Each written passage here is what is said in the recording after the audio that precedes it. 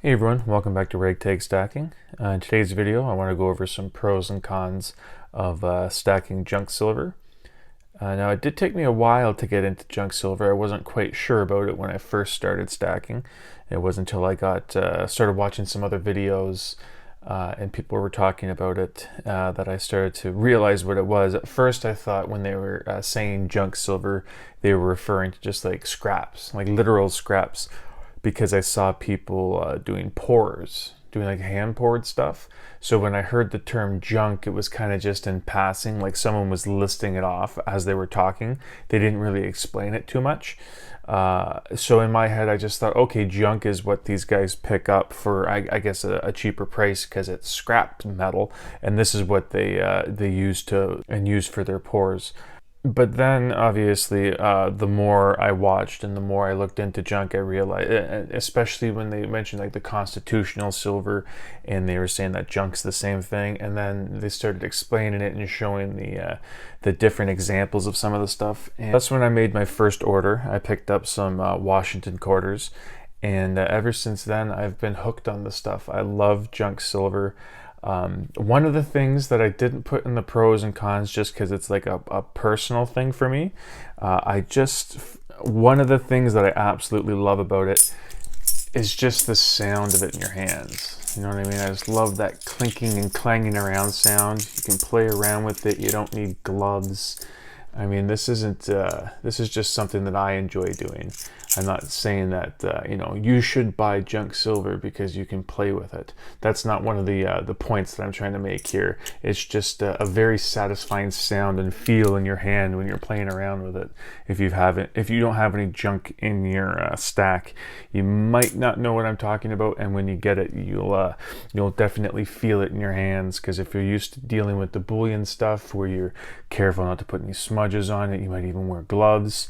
This stuff you can just get right in there. But anyways, getting into the pros, the first pro would be the price. What you're going to be paying for junk silver is going to be the cheapest that you'll be picking up silver as compared to a spot price. I wouldn't say just pick up junk silver. Obviously, if you've been watching my videos, I pick up junk and bullion and a little bit of gold, but for the most part it's silver. And yeah, obviously I do like picking up the junk silver compared to bullion products, even generics.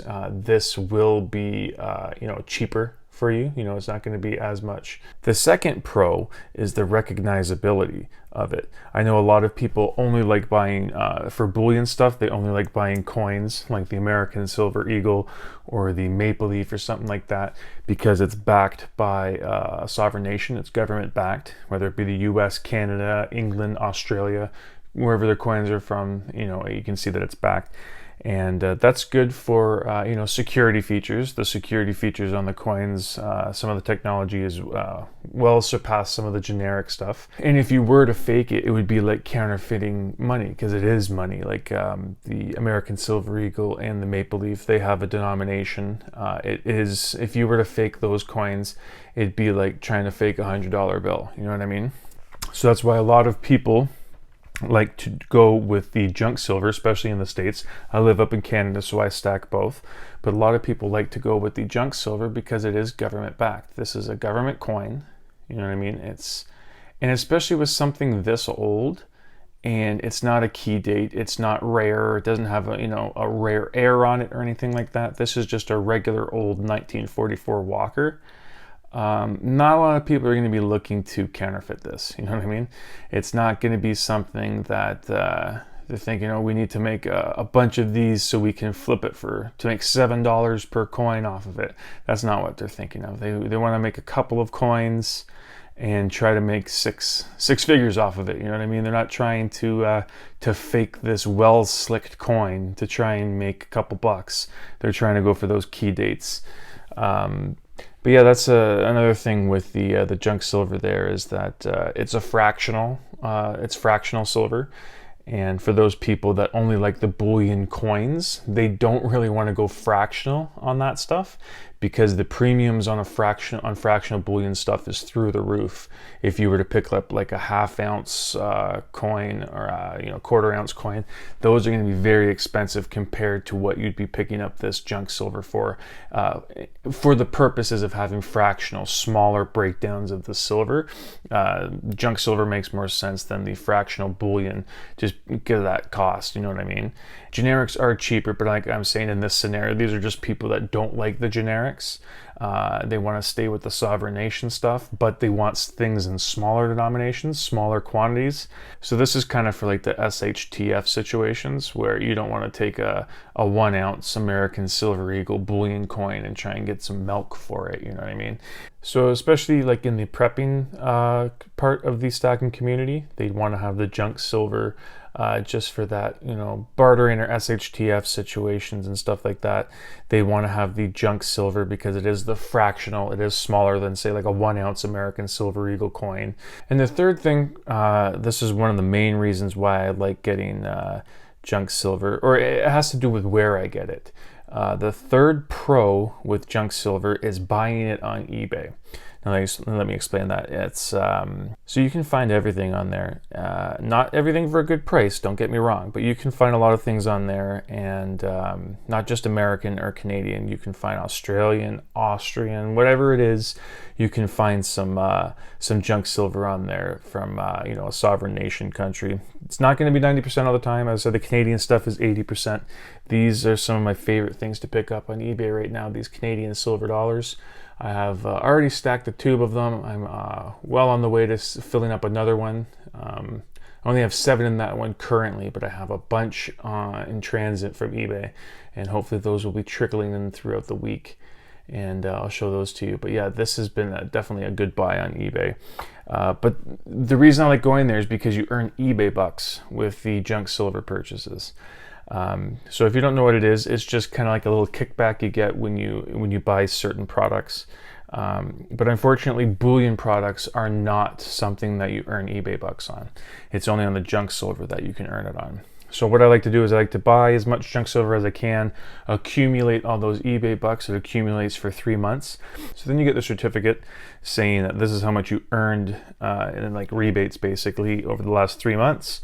And you can put it towards anything you want, including bullion coins. Just because you can't earn eBay bucks on bullion coins doesn't mean that you can't spend your eBay bucks on them. So that's what I like to do. Is I'm going to be getting junk silver anyways, and if I can be getting a little bit back, and then getting some basically a gift certificate on eBay. If you can get some money back and put that towards a coin that I'd like to get, not covering the purchase completely, but getting a good chunk off of a coin I wouldn't normally get because it's so expensive. That's something I like to do every 3 months, is get that eBay bucks and spend a couple of days looking at a premium item that I usually wouldn't get. So those are the pros. Let me just go into the cons here. And right off the bat, it's taxes. Up in Canada, we don't get taxed for buying bullion stuff. But when you get into the constitutional and junk, whether it is US or Canadian, we get taxed on it. I'm not sure what it's like in each individual state down in America. I know that some people, they actually do get taxed even on bullion stuff. Like in some states, it's if you're not buying the American Silver Eagles, you get taxed on it. I don't really want to go too much into that because I don't know, as I said, the tax information for each state, but I have seen videos where people were talking about being taxed on certain things. And for me, at least up here, it's definitely on the junk silver. And I know for a lot of people in the States, they are dealing with that too. So that's, a glaring con. It's not a deal breaker for me. You know what I mean? You just got to kind of factor it into the what you're buying it at. You're already going to be looking for the best deals. And then you can say, well, I'm saving X amount here so I can justify spending the blah, blah, blah tax here. So is it not a deal breaker, but it is a con. It is a knock against it that it is taxed. Another thing that people point to that they don't like about junk silver is that just it's well worn. You know what I mean? This is slicked down. It's been in circulation for a while.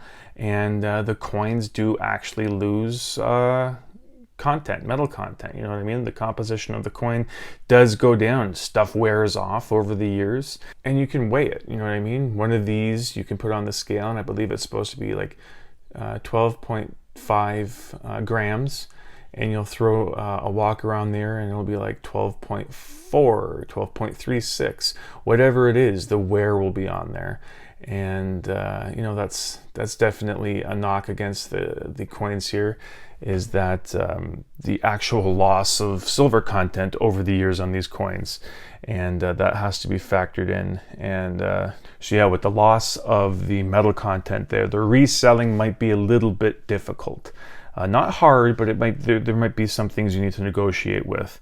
Unlike the bullion products where it's the 1 ounce and you go off of spot price and it's pretty easy to negotiate. You can say, you know, I want $2 over spot for this, and they say, no, I'll give you 50 cents, whatever. It's a pretty straightforward negotiation. With the junk silver, you can go by face value, where it's like the 2 of these, that's, you know, $1. So that's, you know, $1 face value of walkers. Then they have like a multiplier. They'll say like 15 times, 14 times, 17, 18, whatever it is, times face. That's how they'll buy it back or sell it to you. But they can also do it by weight. Remember, like I was saying, how they these coins, they lose the silver content. Well, they can also just take a bunch of the coins, weigh it, and know the exact weight of it, the exact silver content, and then you can get you'll get charged for that. That is a good way to buy. You know, if you can buy it by weight and sell it by face value, that is the best way to do it. Conversely, the worst way of doing it is buying it at face value and then selling it at weight. So you're going to want to at least make sure that when you're buying it, you're going to try and buy it by weight, and when you're selling it, to sell it by face value. But that is something that you're going to have to know and think about when you're trying to unload this stuff, is that there are different ways of buying. There are people that just go by weight or just go by face value. So you're going to have to, you know what your price is, know what your multiplier is, like that 13 times, 14 times. You're going to have to know what you're going to be accepting. And you know, like I said, it's not as straightforward as the 1 ounce bullion, where you can just negotiate pretty much off the spot price. And another thing that a lot of people might not consider when they're stacking silver for the SHTF situation. So I gave one pro for the SHTF situation, where the fractional. The one con for that in the SHTF would be recognizability. I know it's an American coin, but everyone would look at this and say, oh, okay, you have a quarter. So that's 25 cents. You can buy 25 cents worth of something in my store. That's what I kind of mean by recognizability. Not a lot of people would recognize this as having silver content. You know what I mean? An intrinsic value of the coin that's worth more than the denomination that's printed on the coin. I'd say a wide variety of the population wouldn't know that this is a 90% coin, you know what I mean? 90% silver coin. Let alone people wouldn't know that this is 90% and this is 80% and this is 50%. You know what I mean? There's a lot to consider into junk. And one of those things is that you personally, you're a stacker. The people that are watching this, I'm assuming, are into stacking. So you've educated yourself on this, you know all about it.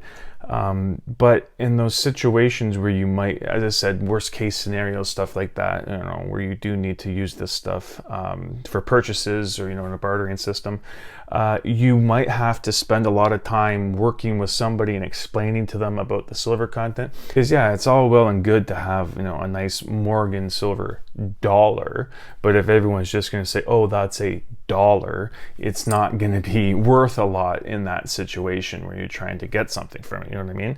So yeah, it might just be a hassle trying to get people educated with the coins, and they're not actually, you know, it's not just a quarter, it's got silver in there.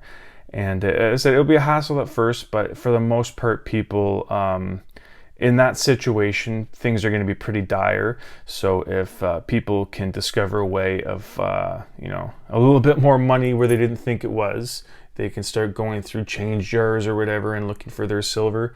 You might have just turned somebody on to stacking. But for you, in that situation, you're definitely going to want to have people that you're trying to trade with or sell with to be knowledgeable in the junk silver, and that might fall on you doing the educating. But anyways, that's it for me. I just wanted to do this quick video. Like I said, I love junk silver. Anytime I can take any opportunity to talk about it, I do, because it has been one of my favorite things to pick up and stack.